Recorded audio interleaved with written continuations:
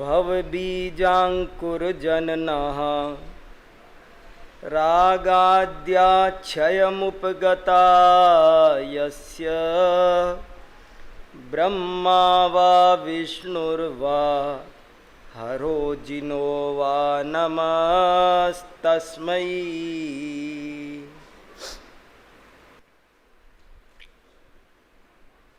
आज मैं आपके समक्ष एक बहुत ही महत्वपूर्ण दार्शनिक विषय लेकर उपस्थित हुआ हूँ।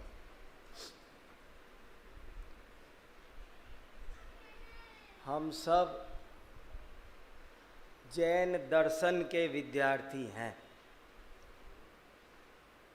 दर्शन क्या होता है, दार्शनिक कैसे होते हैं, दर्शन शास्त्र कैसा होता है और एक अच्छा दार्शनिक कैसे बना जाता है, इस चीज़ की आपको प्रेरणा मिले, एक तो मेरा आज के विषय के पीछे मुख्य प्रयोजन ये है। क्योंकि दर्शन शास्त्र के बारे में एक कहावत है, philosophy is the subject in which no one is interested but everyone is interested. Philosophy is the subject in which no one is interested but actually everyone is interested। Philosophy एक ऐसा विषय है कि जिसमें कोई interest नहीं लेता, लेकिन अगर वास्तव में देखा जाए तो इसमें सबको इंटरेस्ट है। हर व्यक्ति ये जानना चाहता है कि ये जगत क्या है, जीव क्या है, पूर्व जन्म पर जन्म क्या है, स्वर्ग नरक क्या है, भगवान क्या है, कारण कार्य व्यवस्था आखिर है क्या। दिमाग सभी का परेशान होता है और सभी इसके समाधान चाहते हैं। ये बात अलग है कि उनको जब मिलते नहीं हैं, झुंझला झुंझलू के परेशान होकर छोड़ देते हैं कि जाने दो, वो अलग बात है। लेकिन बच्चे से बच्चा भी होगा, एक छोटा बच्चा होगा तो वो भी जानना चाहता है कि सच्ची फिलॉसफी क्या है।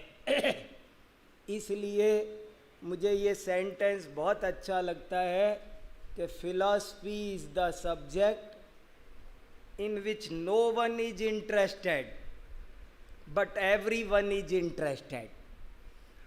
ये एवरी वन इज इंटरेस्टेड का हम फ़ायदा उठा सकें, हम भी सच्चे दार्शनिक बन सकें, दर्शन शास्त्र की प्रामाणिक बातों को जन जन तक दर्शन शास्त्र के तरीके से पहुंचा सकें, इसके लिए मैंने ये एक उच्च कोटि का दार्शनिक विषय आज आपके समक्ष रखने की सोची है।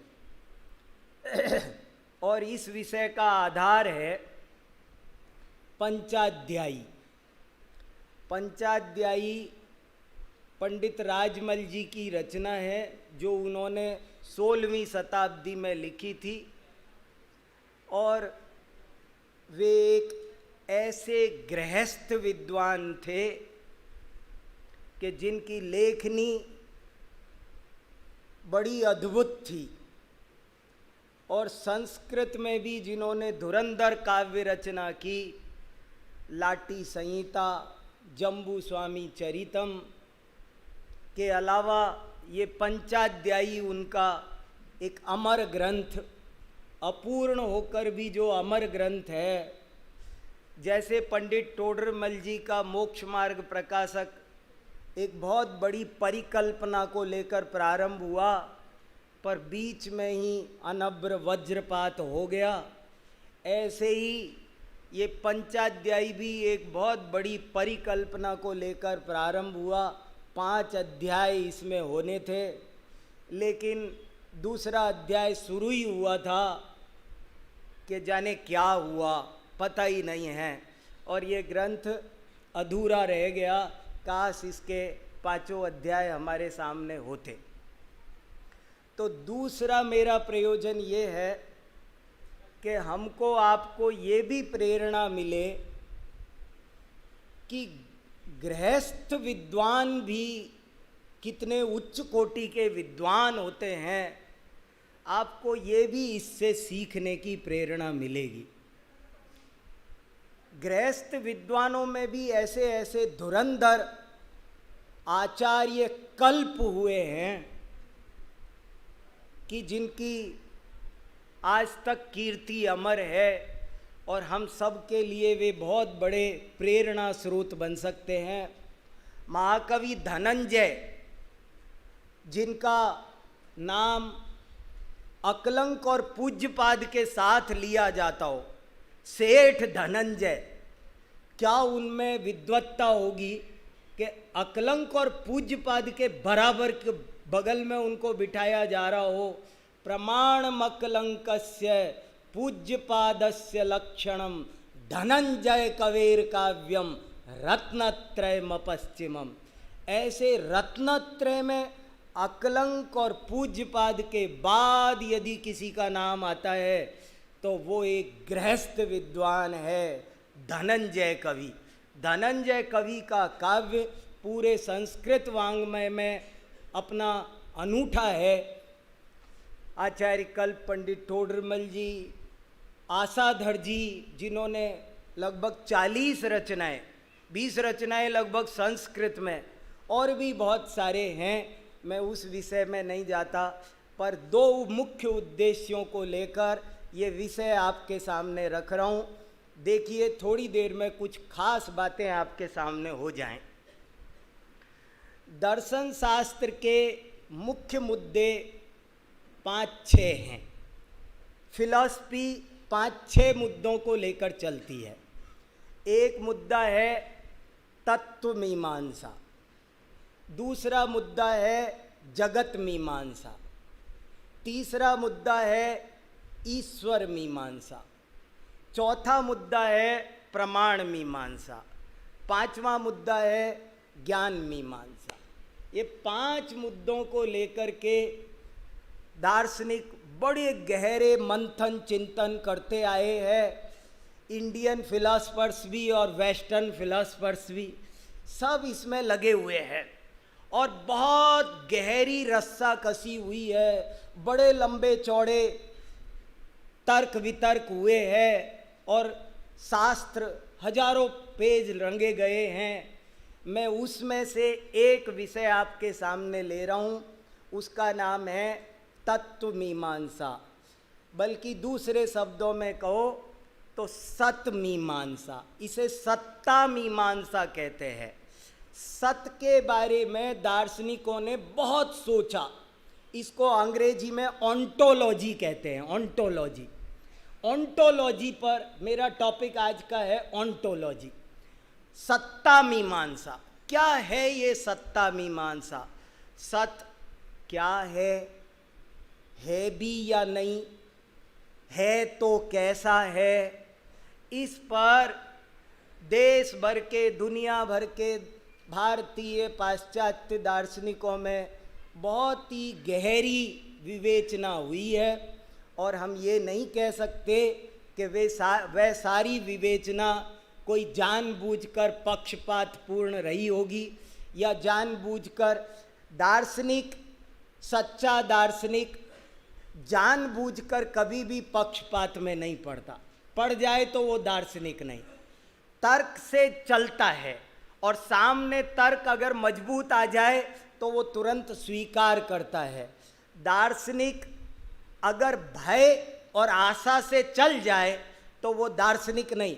जिसने भय और आशा को कुएं में फेंक दिया हो, जो मरने के लिए भी तैयार हो, और जिसे स्वर्ण साम्राज्य भी आकर्षित नहीं कर सकता हो, वो दार्शनिक होता है। जिसे तर्क ही प्यारा होता है, युक्ति ही प्यारी होती है, वो दार्शनिक होते हैं। आप सब जैन दर्शन के विद्यार्थी हैं और सच्चे दार्शनिक बने, इसलिए मैं आपके सामने ये एक उच्च कोटि का दार्शनिक विषय सत्ता मीमांसा का लेकर उपस्थित हूँ। और देखिए क्या चर्चा शुरू होती है। पहले मैं आपके सामने एक लेख पढ़ता हूँ। पता नहीं क्या चक्कर पड़ रहा है, मैंने इस लेख की 50-60 कॉपियाँ आज फोटोस्टेट कराई थी ताकि आपको मिल सकें, मगर मालूम नहीं वो कहाँ है। मुझे तो उस व्यक्ति का नाम पता नहीं है। उसके हाथ में वो थी कि मैं लेकर प्रवचन में आऊँगा, और वो मालूम नहीं कहाँ हो गया है, इसलिए आपको वो मिली नहीं है। वो मिलेंगी आपको।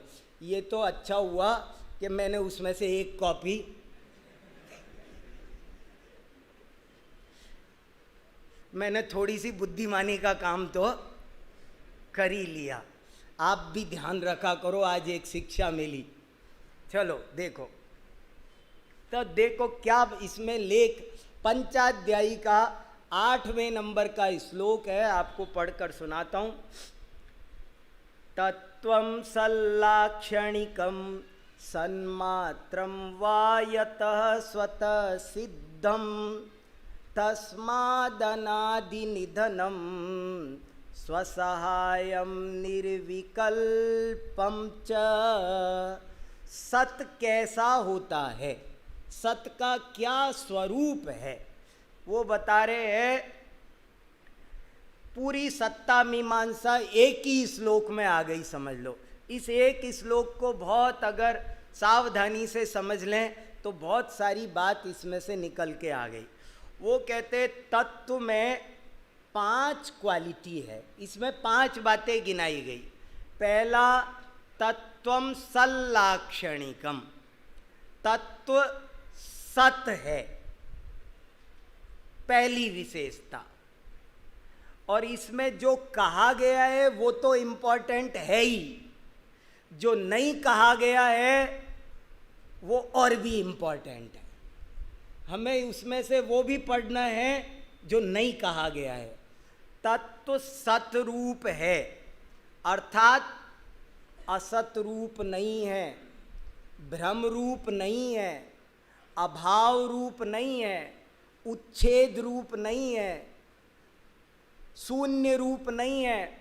दार्शनिकों की एक बहुत बड़ी धारा रही है जिसको तत्वोपलववादी कहते हैं, उच्छेदवादी कहते हैं, शून्यवादी कहते हैं, अभाववादी कहते हैं। जब ऑन्टोलॉजी शुरू हुई तो एक बहुत बड़ा ग्रुप तैयार हुआ और उसने कहा क्या बात करते हो, सत नाम की कोई चीज ही नहीं है ही नहीं, कुछ भी नहीं। इसको कहते हैं बहुत बड़ा, आप प्रमेय कमल मार्तंड उठा के देखो, 50 पेजों में तत्वोपलववादियों की समीक्षा की गई है। क्या नाम? तत्वोपलववादी। तत्वोपलववादी माने जो तत्व का उपप्लव करते हैं, तत्व को ही नहीं मानते। वो कहते है ही नहीं ना, कुछ बात क्या करना, सत्य कैसा है ये बाद में बात करेंगे, लेकिन वो तो तब करेंगे जब वो हो, है ही नहीं। उन ऐसे ही थोड़े थोड़े फर्क के साथ एक शून्यवादी है, शून्यवादी कहते हैं शून्य तत्व है। एक अभाववादी है, एक उच्छेदवादी है। ऐसे कुछ मत हैं, बहुत बड़े बड़े मत हैं, बड़ी भारी शाखाएं हैं ये। और अगर आप 1 घंटे 2 घंटे उनका व्याख्यान सुनो ना, तब आपको पता चलेगा तत्वोपलववाद क्या है। वो कहते कुछ नहीं है इस दुनिया में। हमारे जैन आचार्यों ने उनसे भी टक्कर ली। आओ बैठो, वेलकम। देखो, दार्शनिक कभी भी किसी को हल्के से नहीं लेता। जो हंसी उड़ाए वो दार्शनिक नहीं होता। वो हमारे दार्शनिकों ने चार्वाक को भी दर्शन में गिना। बैठो, यहाँ बैठो, क्या कहना चाहते हो, इधर बैठो। पूर्व भव पर भव नहीं है, स्वर्ग नरक, आओ बैठो, बात करेंगे। बात करने में क्या बिगड़ता है, चर्चा करेंगे। ऐसे ही तत्वोपलववादी, उच्छेदवादी, शून्यवादी, उनसे हमारे आचार्यों ने चर्चा की। बैठो भैया, बैठो, शांति से बैठो, चर्चा करेंगे। क्या कहना चाहते हो तुम, क्या कहना चाहते हो? शून्यवादी बोला, मैं कहता हूँ कि शून्य ही तत्व है। अभाववादी कहने लगा कुछ नहीं, अभाव ही है।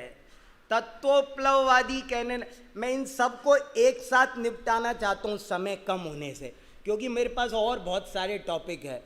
ये सब की प्रकृति एक सी है, इसलिए एक साथ ले लेते हैं।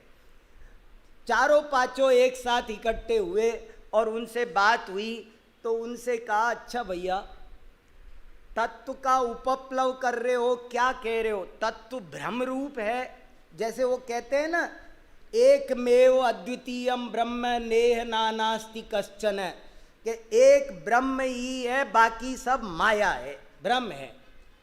तो देखो, हमारे आचार्यों ने उनसे पूछा, भ्रम है कि नहीं? समझे आप?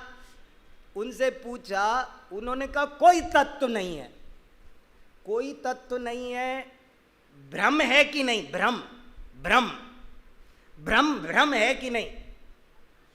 बड़े आचार्यों के तर्क गजब के हैं। जैसे वो कहते हैं ना, सामने देखो कितना अंधेरा है, कुछ नहीं दिख रहा। देखो कितना अंधेरा है, कुछ नहीं दिख रहा। बोले अंधेरा है, अंधेरा दिख रहा है, कुछ कैसे नहीं दिख रहा? हम कहते कुछ नहीं दिख रहा, अंधेरा है। बोले अंधेरा है, अंधेरा दिख रहा है, कैसे कहते हो कुछ नहीं है? ऐसे ही उनने कहा कि कुछ नहीं है, भ्रम है, शून्य है। तो शून्य है कि नहीं? अभाव तत्व है, तो अभाव है कि नहीं? अभाव है कि नहीं? तत्व है। बहुत बात की उनसे, लंबे चौड़े तर्क है उनके भी। जैसे उनने 100 पेज में पूर्व पक्ष रखा, तो हमारे आचार्यों ने भी एक एक लेकर उनका 100 पेज में उत्तर पक्ष रखा। उनसे ये कहा, अच्छा सुनो, तुम अपनी बात सिद्ध करोगे या वांग मात्र तो न किम? वांग मात्र तो न किम, वांग मात्र तो न किम माने मैं कह रहा हूं इसलिए मान लो, ये है, या सिद्ध करोगे? सिद्ध करोगे तो किसे सिद्ध करोगे? तुम समझाओगे, मैं समझूंगा, समझाने वाला है कि नहीं, समझने वाला है कि नहीं, हेतु दोगे, हेतु है कि नहीं, साध्य है कि नहीं? नहीं। और अगर नहीं है तो तुम भी नहीं हो, तुम्हारी बात हम क्यों सुने? तत्वोपलववादी से कहा, अगर कुछ नहीं है तो तू भी नहीं है, मैं भी नहीं, बात क्या कर रहा है, किसको समझा रहा है तू? तू सिद्ध नहीं कर सकता कि कुछ नहीं है। समझ में आई बात? कि कुछ नहीं है, ये भी तो बात सिद्ध करनी पड़ेगी ना भैया। यहाँ पर बिना सिद्ध किए तो चलेगा नहीं। अब बता, ऐसे कैसे चलेगा? बात को समझा तू, समझाता है वहीं वो सिद्ध हो जाती है बात। इसलिए तत्वोपलववादियों की मान्यता मिथ्या है। तत्वोपलववाद निराधार है, असत्य है, वो खुद का उच्छेद हो जाता है, उसका अपने पैरों पे खुद कुल्हाड़ी मार लेता है। तत्वोपलववाद भी अपने को स्थापित नहीं कर सकता। शून्यवाद पर भी श्रद्धा नहीं की जा सकती, अभाववाद पर भी श्रद्धा नहीं। हम कैसे माने? देखो कैसे जैन आचार्य तर्क कर रहे हैं, कैसे बात कर रहे हैं कि हम कैसे माने। हम जैसे हम मानना चाहते हैं, लेकिन तू हमें समझा देना। तो उच्छेद, तो पहला विशेषण दिया है कि तत्व सतरूप है, उसकी सत्ता पाई जाती है लोक में, वो अविद्यमान नहीं है, दृष्टापलाप नहीं कर सकते। शब्द सुना है कभी? दृष्टापलाप।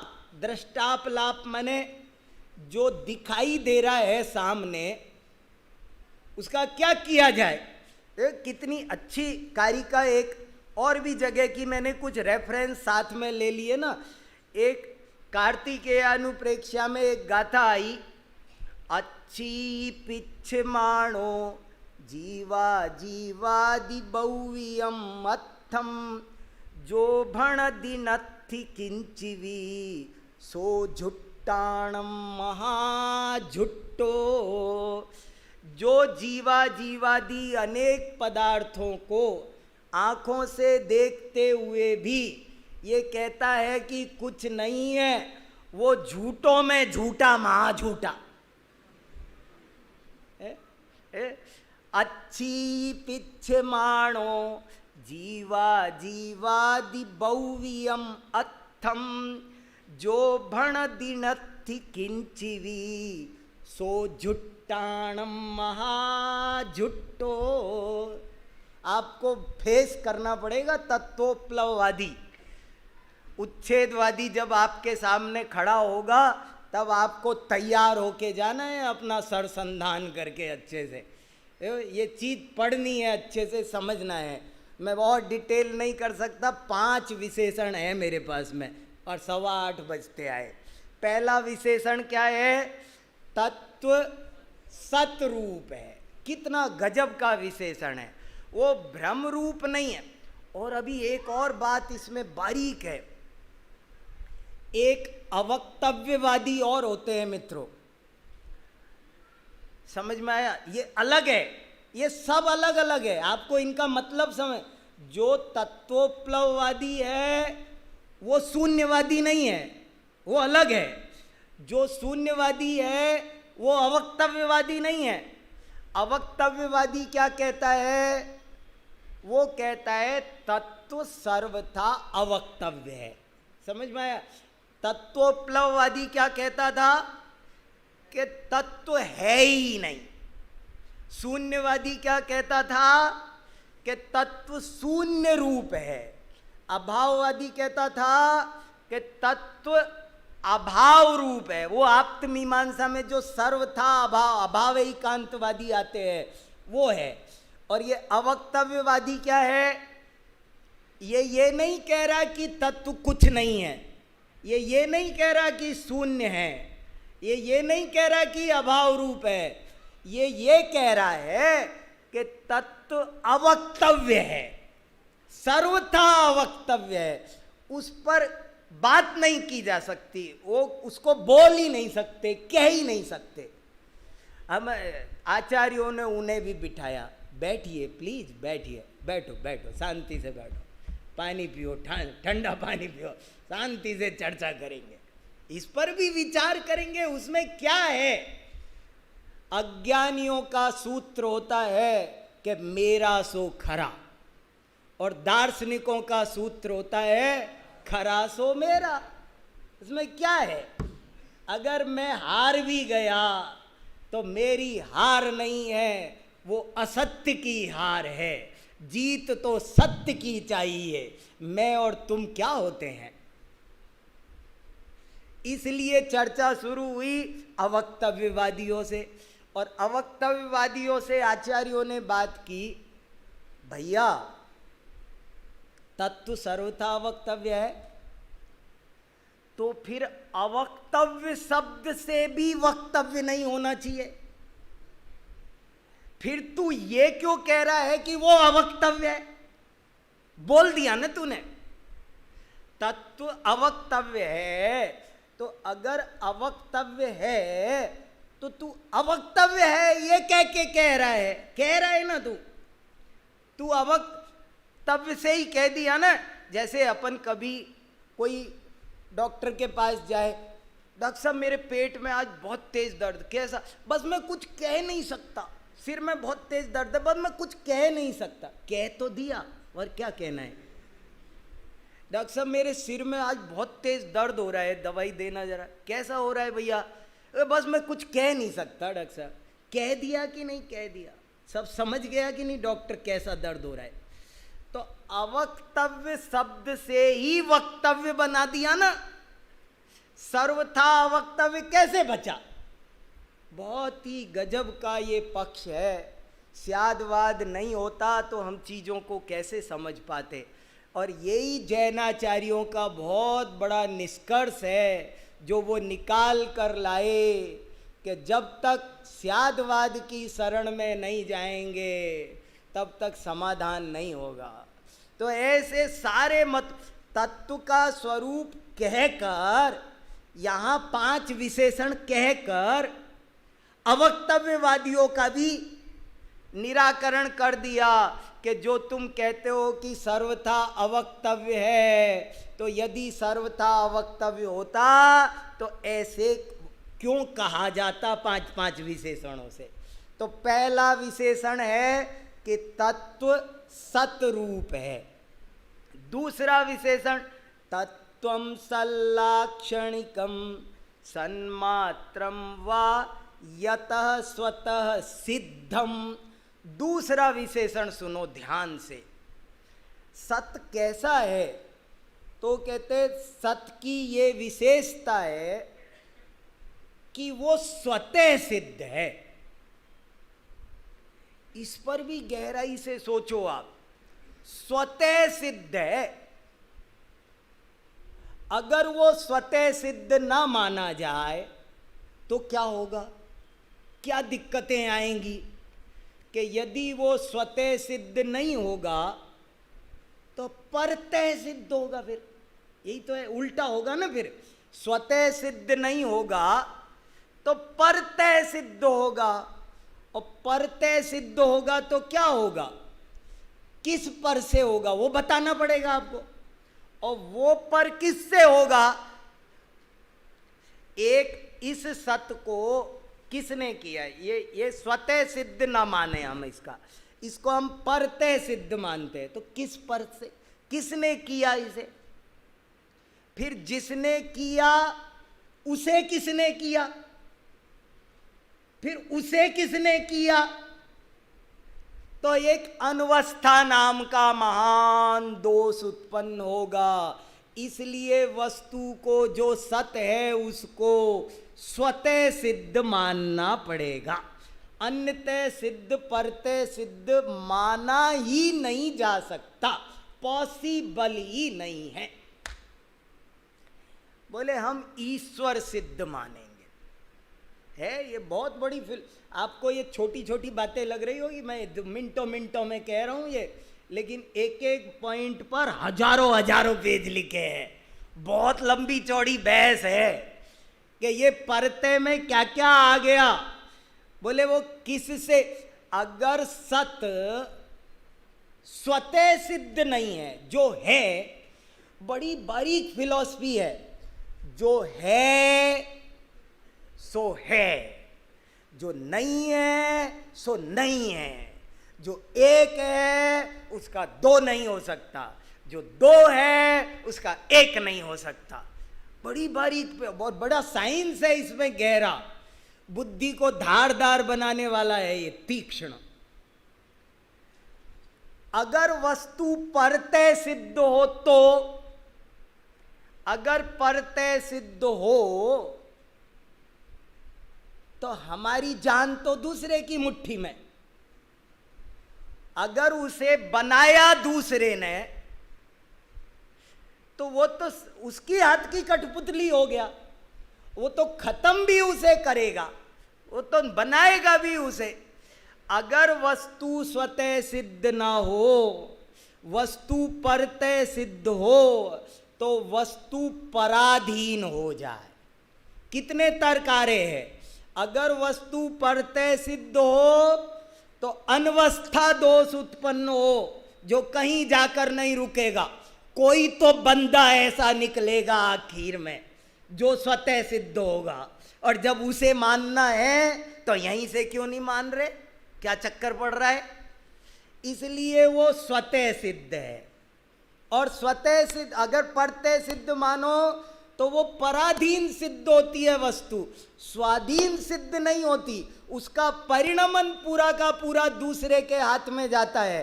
वो कैसे चलेगी, कितना जिएगी, कैसे बनेगी, ये सब समस्याएं खड़ी होती है।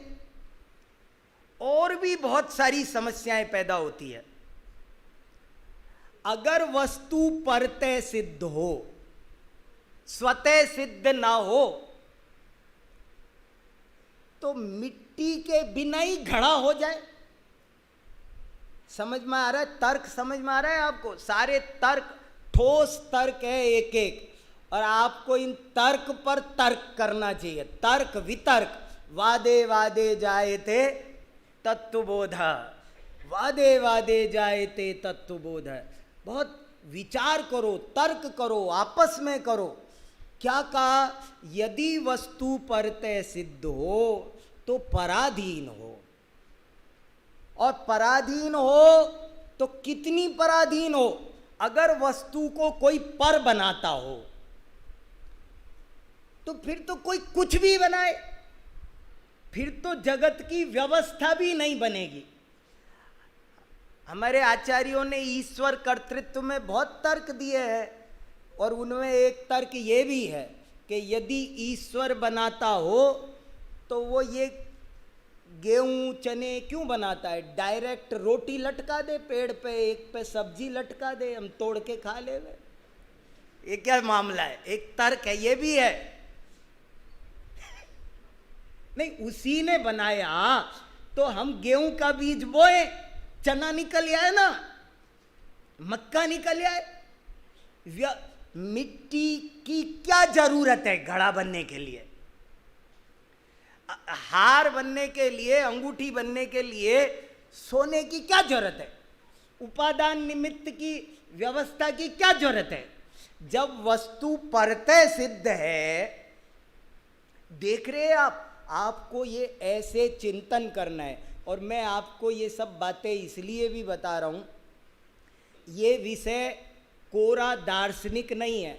अगर आप बारीकी में जाएंगे तो इसी नींव पर बहुत बड़ा अध्यात्म का प्रासाद खड़ा है। हम भी तो सत है ना, हम आत्मा है ना, हमें आत्मानुभूति करनी है ना, हमें आत्मज्ञान करना है ना प्रामाणिक। तो आत्मा भी एक सत है, और सत कैसा होता है? ये पहले सत की कॉमन फिलॉसफी हमारे पकड़ में आ जाए ना, कि कभी आपको समझ में आ जाएगा कि तत्व अभाव रूप नहीं हो सकता। बहुत से लोग कहते हैं ना, तत्वोपलववादियों को अब अध्यात्म में घटा के देखो, बहुत मिलेंगे, लाखों करोड़ों। क्या कहेंगे वो? आत्मा तो कुछ होता ही नहीं है, क्या बात कर रहे हो तुम लोग? काहे को अपनी जिंदगी उसके पीछे खराब कर रहे? वो होता जाता तो कुछ है नहीं। ये तत्वोपलववादी है। लेकिन हमें ये समझ में आएगा कि तत्व कैसे सतरूप है। अगर हमें चेतना का अनुभव हो रहा है तो वो भ्रम नहीं हो सकता, वो असत अविद्यमान नहीं हो सकता, वो है। और अगर है तो स्वतः सिद्ध है, वो परतः सिद्ध भी नहीं हो सकता। और भी बहुत दिक्कतें आती है। यदि परतः सिद्ध हो तो जो ये कहा जाता है कि सत का नाश नहीं होता, सत का उत्पाद नहीं होता, ये फिलॉसफी नहीं टिकती। और कितने भी नए तत्व कहीं से भी, हवा में से, अधर में से, आकाश पुष्प भी सिद्ध हो, फिर तो कितनी दिक्कतें आएगी। इसलिए तत्व को स्वतः सिद्ध मानना जरूरी है। देखो कितनी गहरी ऑन्टोलॉजी है ये। तत्व स्वतः सिद्ध, तत्व सतरूप है, पॉइंट नंबर 1। तत्व स्वतः सिद्ध है, पॉइंट नंबर 2।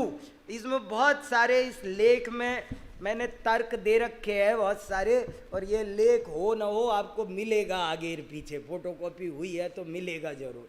और तीसरा तर्क है बहुत बढ़िया, तीसरा पॉइंट है, तत्व अनादि निधन है। कैसे समझ में आए? ये आपको हस्तामलकवत समझ में आएगा। इन चीजों को पढ़ने से आपको ये चीजें बहुत अच्छी तरह समझ में आएगी, दृढ़ श्रद्धा होगी, छायिक सम्यक्त प्रकट होगा। अगर ऐसे तर्क से, युक्ति से विचार करके निर्णय करोगे तत्व कैसा है। तत्व का पहला लक्षण कि वो सतरूप है। दूसरा विशेषण स्वतः सिद्ध है, तीसरा विशेषण वो अनादि निधन है। जो है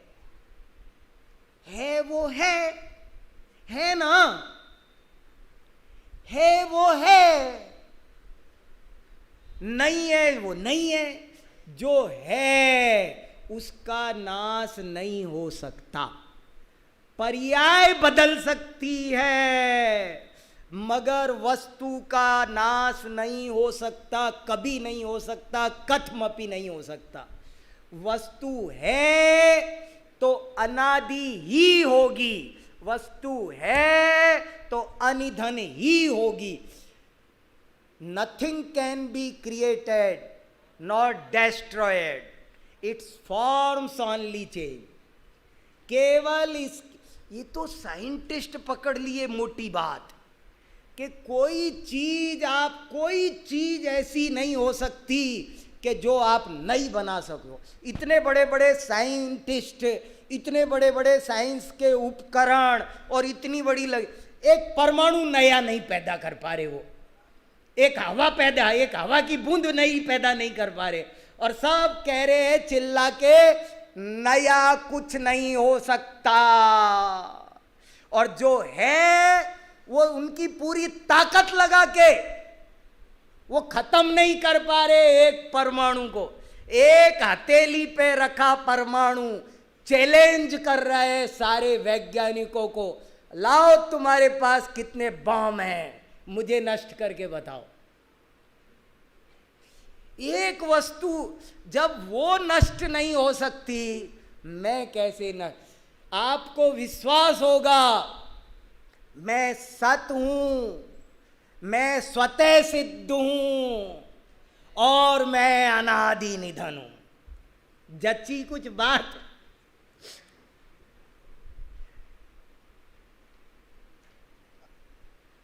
और तत्व, चौथा विशेषण तत्व स्वयं सहाय है। स्वयं सहाय कहकर क्या कह दिया, बहुत पंचाध्यायीकार कितने विद्वान होंगे, एक श्लोक में कितनी बड़ी ऑन्टोलॉजी भर दी उन्होंने। तत्वं सल्लाक्षणिकं सन्मात्रं वा यत स्वतः सिद्धं तस्मादनादि निधनम स्वसहायम निर्विकल्पम च। स्वसहाय है, स्वसहाय कहकर ये कह दिया कि तत्व एक नहीं है, सब अपने अपने मालिक है। जड़ भी जड़ेश्वर है, सब स्वसहाय है। अगर प्रवचन सार की भाषा में बोलो तो स्वयं भू है। स्वसहाय कहकर क्या कह दिया, अभी बोलो तो इसी पर बहुत बोल सकते हैं। स्वसहाय का मतलब है, सुनो ध्यान से, अपना कर्ता भी स्वयं है, अपना कर्म भी स्वयं है, अपना करण भी स्वयं है, अपना संप्रदान भी स्वयं है, अपना अपादान भी स्वयं है और अपना अधिकरण भी स्वयं है। और हर द्रव्य, हर सत स्वयंभू है, स्वयंभू, स्वसहाय है। दो वस्तु दो ही है, कोई माई का लाल दो को एक कर नहीं सकता। आप कितना मिलाओ, कोई दो को एक कर सकता है। सोचो, कोई उपाय सोचो, सोचो, ट्राई करो, साल 2 साल प्रयोगशाला में जाओ और दो को एक बनाने की कोशिश करो। क्या दो वस्तुएं एक हो सकती है? कोई भी दो ले, दो परमाणु ले अकेले, पुद्गल पुद्गल, दो एक हो सकते हैं? दो एक नहीं हो सकते। आप जानते, इसको हम गणित, कभी एक दिन आपको जैन गणित पर एक व्याख्यान करूंगा, जैन गणित। उस जैन गणित में ये बताना है मुझे कि गणित 2 तरह का बताया आचार्यों ने, एक लौकिक गणित, एक अलौकिक गणित। और लौकिक अलौकिक गणित का क्या मतलब है? ये कितनी वस्तु है? एक के अनेक। लौकिक गणित बोलती है कि ये एक है, अलौकिक गणित बोलती है ये एक नहीं है, ये अनेक वस्तु है। ये कितनी वस्तु है? आपको एक पेन, ये कागज, ये कितने हैं? ये एक कागज दिखाऊं तो कितनी वस्तु है? कि वो जितने तुम टुकड़े कर सकते हो ना इसके बारीक से बारीक मशीनरी से, जितने परमाणु, उतनी वस्तुओं का समूह है ये। और इसलिए आप क्या करते हो? एक को फाड़ के कह देते हो लो हमने एक के दो कर दिए। क्या खाक दो कर दिए? वो दो थे तो दो कर दिए? नहीं, उसको क्या दो कर दिए? जो दो है उसको दो कर देते हो और घमंड करते हो हमने दो कर दिया। एक को दो करके बताओ, एक को दो नहीं किया जा सकता और दो को एक नहीं किया जा सकता। आप चिंतन करो, चित्त सक्रिय हो जाए। एक के दो नहीं हो सकते और दो के एक नहीं हो सकते। है वो, उसका नाश नहीं हो सकता। जो नहीं है उसका उत्पाद नहीं हो सकता। जो एक है उसको कोई तोड़ के दो नहीं बना सकता और जो दो है उसको कोई भी जोड़कर एक नहीं बना सकता। युत सिद्धवादी होते हैं एक। सुना है आप लोगों ने? पढ़ रहे आप्त परीक्षा, न्याय परीक्षा। एक युत सिद्धवादी होते हैं। युत सिद्धवादी क्या कहते हैं? दो वस्तुएं संयोग से एक बनती है। जैसे सांख्य दर्शन आत्मा में और ज्ञान में युत सिद्ध संबंध मानता है, न्याय दर्शन भी। वो कहते हैं आत्मा अलग है, ज्ञान अलग है और ये दोनों में युत सिद्ध संबंध है। स्वतः सिद्ध से, स्वसहाय से, इन सब एक ही श्लोक ढंग से पढ़ लो ना, इसको बारीकी में चले जाओ तो सारे दर्शनों से बात कर सकते हो, आप तसल्ली से बात कर सकते हो। दो चीज जिनका योग होगा, योग होगा, वो तो योगी होगा ना भैया। उनमें तादात्म्य कैसे होगा? संयोग संबंध होगा। उनके प्रदेश भिन्न ही रहेंगे चाहे तुम कुछ भी करो।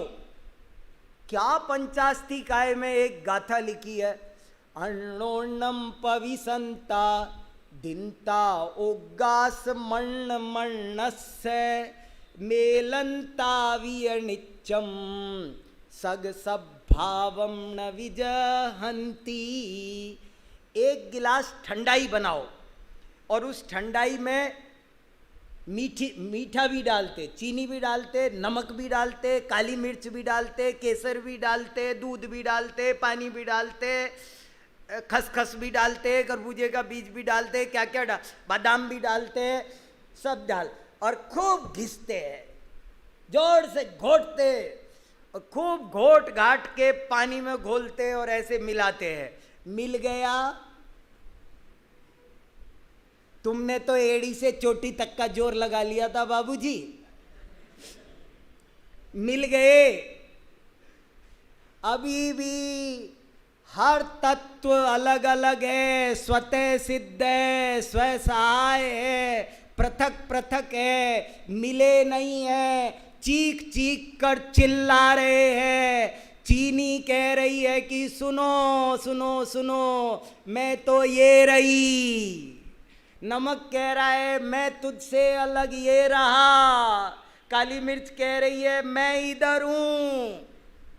सब अलग अलग है तो यहां एक संगीत का कार्यक्रम हो और उस संगीत के कार्यक्रम में एक आदमी गाए, एक ढोलक बजाए, एक हारमोनियम बजाए, एक गिटार बजाए, 20 वाद्य यंत्र बजाए जाएं और सब इस पतले से वायर में निकल कर वहाँ लाउड स्पीकर पर सुनाई दें तो सब पुद्गल है जबकि, और सारे के सारे सारी ध्वनियाँ मिलकर चली गई, मिल गई। वो लगता है मिल गई, लेकिन मिलने के बाद भी बिल्कुल अलग अलग है। सुनने वाला इसीलिए ये कह सकता है, वाह बांसुरी तो क्या बांसुरी है, अरे वाह क्या फ्लूट बजाई है, गजब है भाई, अरे यार बांसुरी वाला गजब का है। ये क्या हो रहा है, कैसे सुनाई दे रही है अलग से बांसुरी, अलग से बांसुरी कैसे सुनाई दे रही? इसका मतलब है कि वे ध्वनियां मिलकर भी अन्नोन्नम पविसंता। समय सार की तीसरी गाथा यही कहती है कि सारे द्रव्य एक दूसरे में मिलते हैं फिर भी मिलते नहीं है। स्वसहायम। और पांचवा विशेषण है निर्विकल्पम। निर्विकल्प का मतलब है, बहुत शॉर्ट में बात पूरी करूं, निर्विकल्प माने अखंड, अभेद। वैशेषिक दर्शन विकल्पवादी है, भेदवादी है, खंडवादी है, और वो द्रव्य अलग, गुण अलग, कर्म अलग, स्पर्श अलग, रस अलग, गंध अलग, वर्ण अलग, ऐसे अलग अलग मानता है। स्पर्श को अलग मानता है, गंधवती पृथ्वी, शब्द गुणकम आकाशम। जैन आचार्यों ने कहा ऐसा हो ही नहीं सकता, स्पर्श रस गंध वर्ण बनता है पुद्गला, जहाँ स्पर्श है वहाँ रस गंध वर्ण। तो निर्विकल्प कहकर द्रव्य गुण पर्याय में जो अलग अलग पना माना जाता है उसका निराकरण किया। ऐसे ये सत्ता मीमांसा का एक महत्वपूर्ण विषय था जिसे मैंने संक्षेप में आपके बीच रखने की कोशिश की। आशा है आप सब इस अध्ययन को, चिंतन को थोड़ा और आगे बढ़ाएंगे। धन्यवाद।